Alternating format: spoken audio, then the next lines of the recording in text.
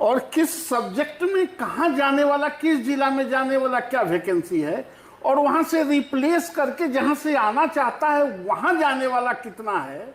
जब सम्यक रूप से यही उसके पास नहीं है तो कोई ऐप गैप वैप क्या कर लेगा। ये सिर्फ ऐप के नाम पर पूरे शिक्षा विभाग में लूट खसोट चल रहा है।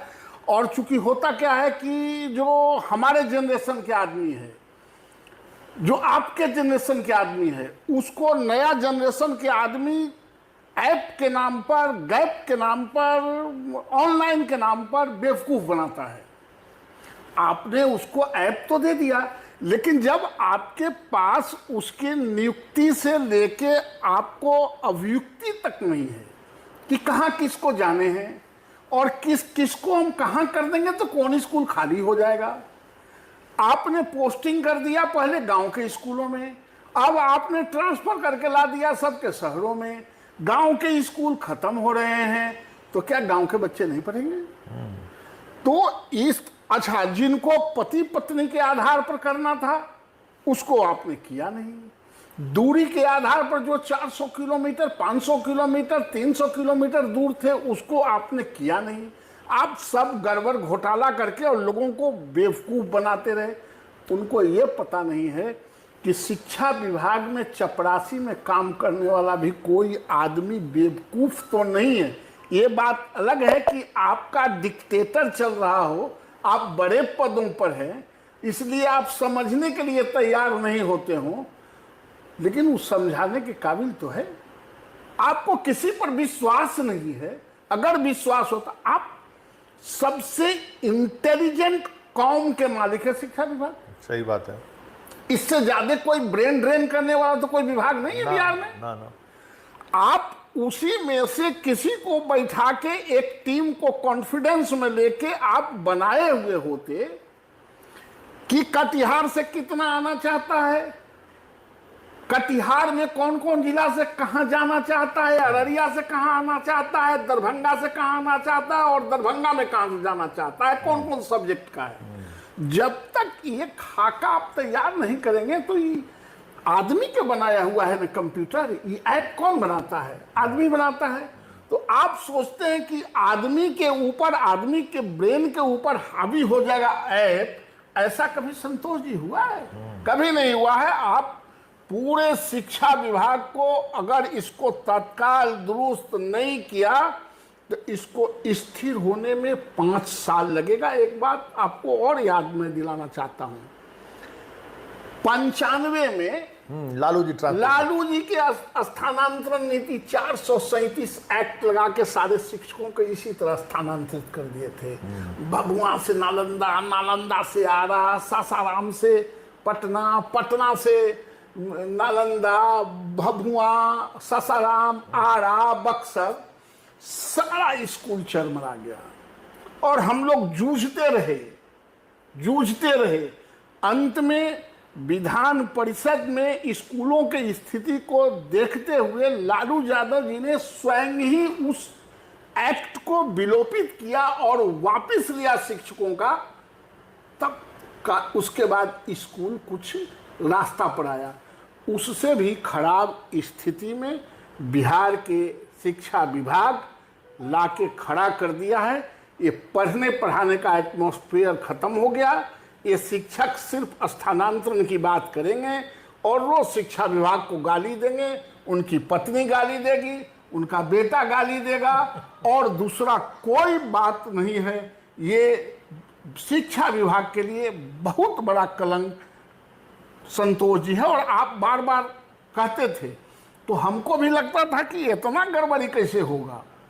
कोई ऐप बनाया है तो होशियार आदमी है, सब पढ़ा लिखा होशियार आदमी है, लेकिन सबके होशियारी भुला गया और सरेंडर कर गए। कहते क्या है, आप लोग 10 आदमी मिल के पारस्परिक म्यूचुअल आप अंडरस्टैंड। अच्छा ये बताइए तो कि जिसको कटिहार से, अररिया से आना है गांव के स्कूल से दरभंगा में, तो दरभंगा से वहां जाते कटिहार में कोई कहां से मिलेगा?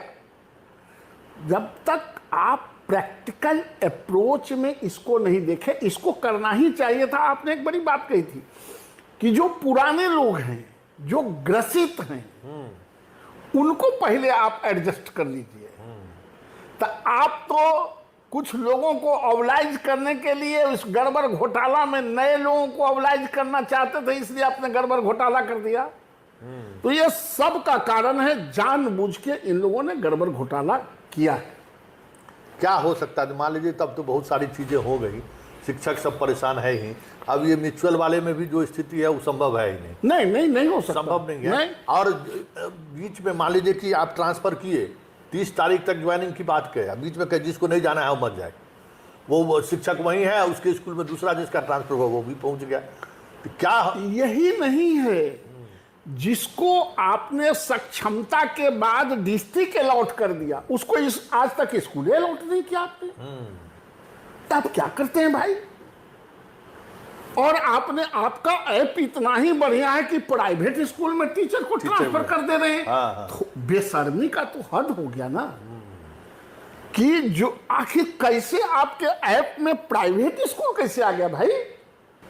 ये प्राइवेट स्कूल में, ये देखिए इन लोगों के माइंडसेट है प्राइवेट स्कूल का। इन लोगों के गांव गरीब किसान मजदूर के बच्चों से कुछ लेना देना नहीं है।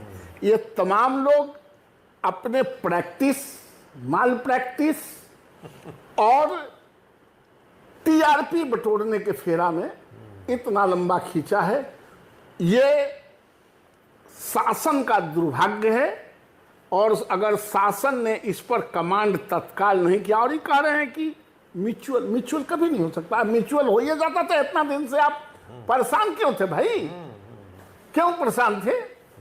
आज भी शिक्षा विभाग के पास एक ही रास्ता है कि मैनुअली पहले उसको पूरे अच्छा 1 लाख 1.5 लाख वैकेंसी को बनाना।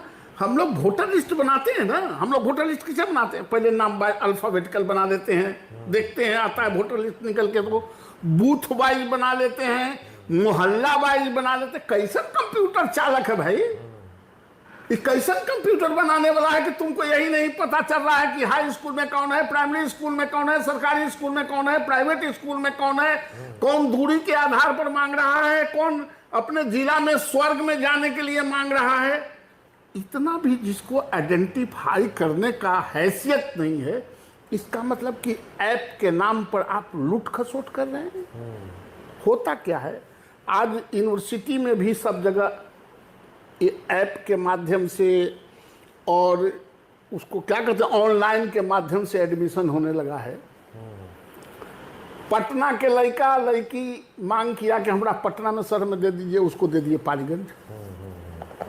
अब पालीगंज में तो जाएगा नहीं, गरीब के बाल बच्चा है, पालीगंज में डेरा लेके पढ़े लायक रहती है, तो उत्तर प्रदेश से मैं दिल्ली में ना चल जाता है कि तोरा कन पढ़तवा। तो वहां तो विद्यार्थी जा नहीं रहा है। पालीगंज वाला के बाढ़ वाला के कर दिए पटना में, वो आ नहीं रहा है। वो आ नहीं रहा है। आज संकट है, एकदम संकट। 5% भी अटेंडेंस नहीं हो रहा है। स्कूल में कर दिए कि जौन स्कूल से पास किया है उसी स्कूल में पढ़ेगा। अरे हमारा मन होगा एकरा से हम इम्प्रूव किए, एकरा से बढ़िया स्कूल में पढ़ने का, तो आप काहे रोक दीजिएगा?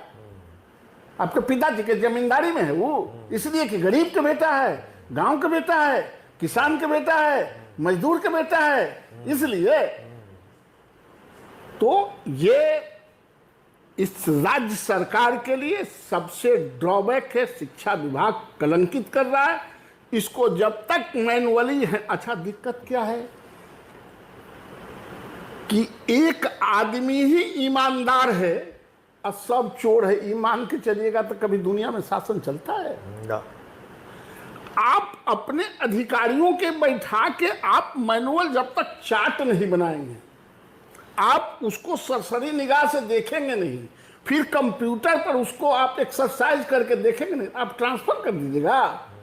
यही होगा, ई कोठी के धान ऊ कोठी के धान ई कोठी, और चला जाएगा प्राइवेट स्कूल में। अभी देखिएगा इसमें बाद में यह भी आएगा कि जो शिक्षक नहीं है उसका भी स्थानांतरण हो गया। आप इस स्कैंडल पर, मैं संतोष जी बहुत सीरियसली मैं कह रहा हूं, ये शिक्षा विभाग है, ये जालसाजों का भी जगह है।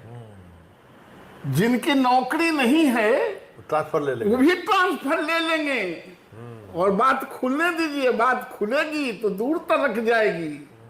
जब आपके पास कोई सबूत नहीं है, कोई आपके पास कागजात नहीं है, और तब क्या होगा कि वो जो डाटा बेस्ड बनाए हैं तब तक वो छोड़ के भाग जाएगा। पैसा तो ले लिया होगा, तब तक वो छोड़ के। आज सारे यूनिवर्सिटी में ऐसे ही हो रहा है, वही राज्य सरकार में हो रहा है। वो तब तक छोड़ के भाग जाएगा, आप मरते रहिए कि कौन कोठी के धान कौन कोठी में हुआ। एक जमाना था जब 437 में